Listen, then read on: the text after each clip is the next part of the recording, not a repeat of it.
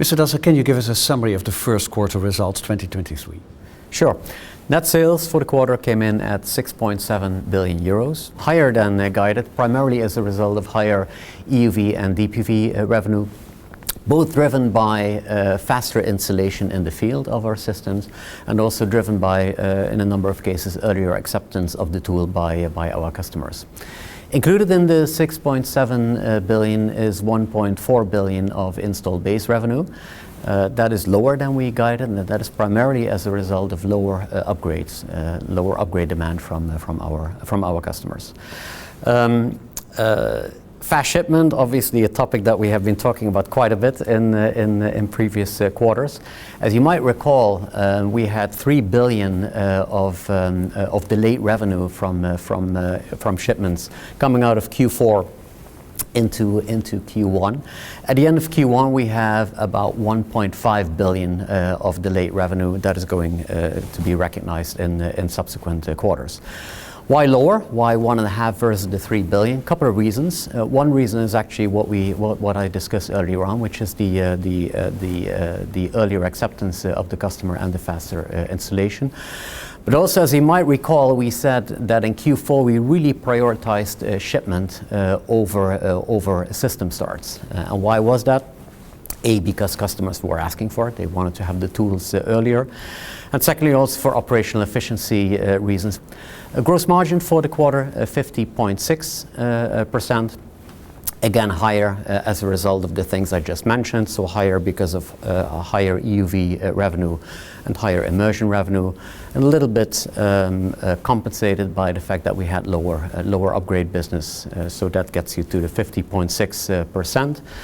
Net income for the quarter, 2 billion, and the order intake for the quarter at 3.8 billion. That is lower than what you would have seen in previous quarters, but quite frankly, that was expected, given the current business environment, and also given the fact that we're still looking at an order book at the end of this quarter of 39 billion, which is give and take 2x the system sales that we expect for this year. What's your guidance for Q2? The guidance for Q2, net sales, we expect to be between 6.5 and 7 billion.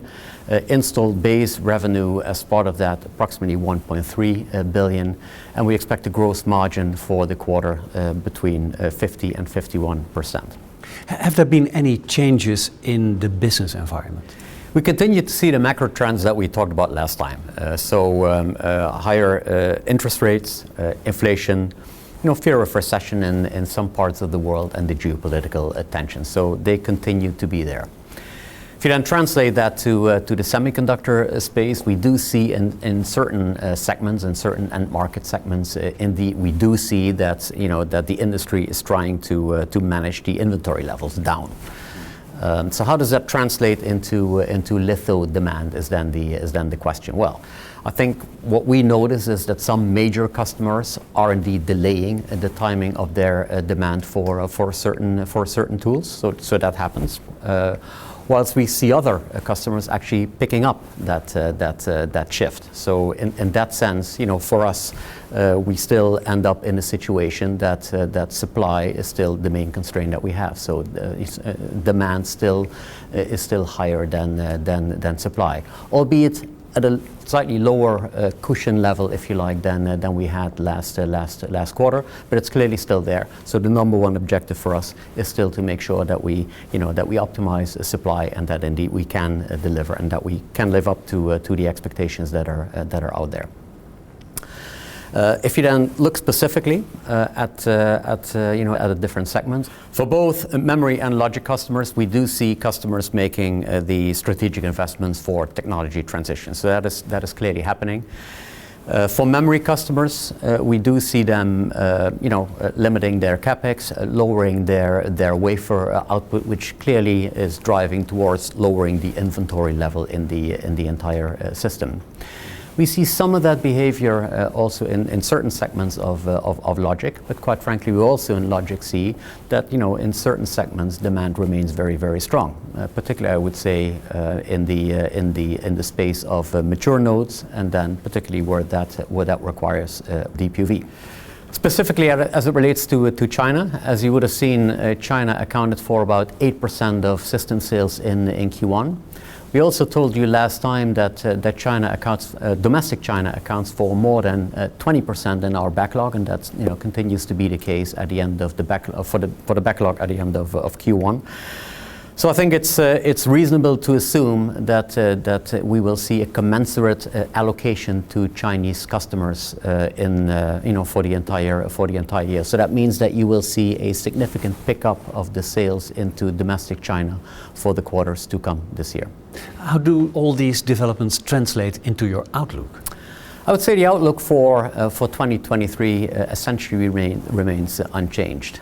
So as we said before, we expect that we are going to ship around 60 EUV systems, around 375 deep UV systems, of which about 25% immersion.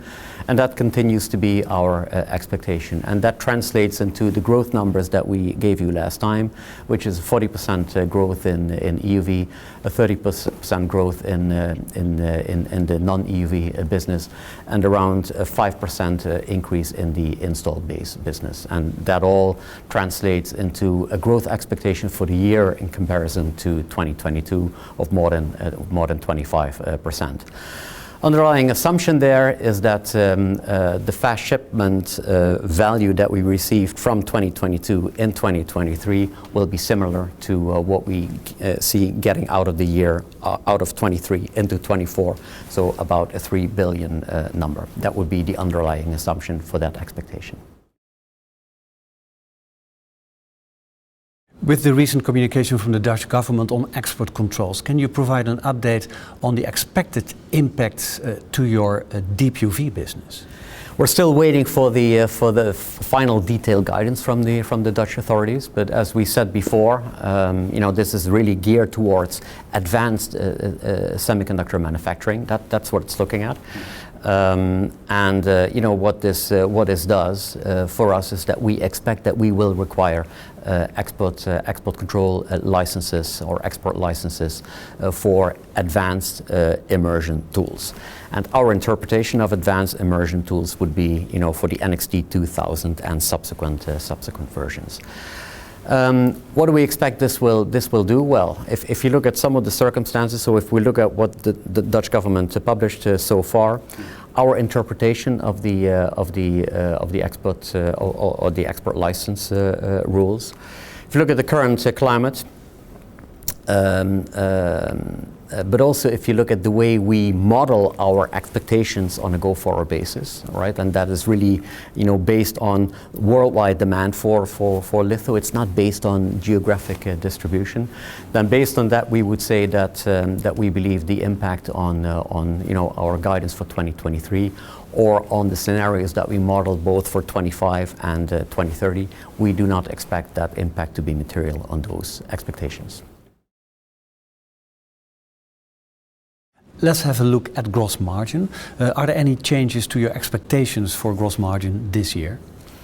In essence, what we said last quarter is the guidance that we would still provide, which is that we expect gross margin to end up, slightly higher than what we had in 2022. Again, just as a reminder, the puts and takes to that. So, on EUV, we expect a higher number of shipments. We mentioned about 60 shipments before, and we expect that to have a positive impact on gross margin. On DUV, same story there. We expect a higher number of DUV revenue in this year, and that would be a positive. A slight negative would be the mix within DUV, but nonetheless for DUV we expect the gross margin on balance to be slightly up from last year. Installed base business, there we expect the gross margin to be going down a little bit, and that's because of, as we discussed earlier on, that we expect the upgrade business to be a little less than last year. We also talked quite a bit about inflation. We are getting from quite a few customers, we are getting inflation compensation, so that's a good thing. But you know, inflation continues to be there, so I still expect a small drag, if you like, on the gross margin number as a result of inflation. And then, very importantly, as you know, we continue to build towards increasing capacity. So we still have, you know, the 90 EUV capacity we're looking for by the 2025 timeframe, and the 600 DUV capacity that we're aiming for. So we continue to prepare for that. We also, as you know, are preparing for the introduction of High-NA. And you know, all the preparatory work that is going on there, you know, that continues to be a drag on the gross margin. So if you take all of those elements together, that leads to our expectation of a slight improvement of the gross margin in comparison to last year. And you know, once again, I think that positions us very nicely for the expectations that we guided earlier on in terms of, you know, gross margin by 2025 between 54% and 56%. And between 56% and 60% by 2030. Can you update us on your capital allocation plans?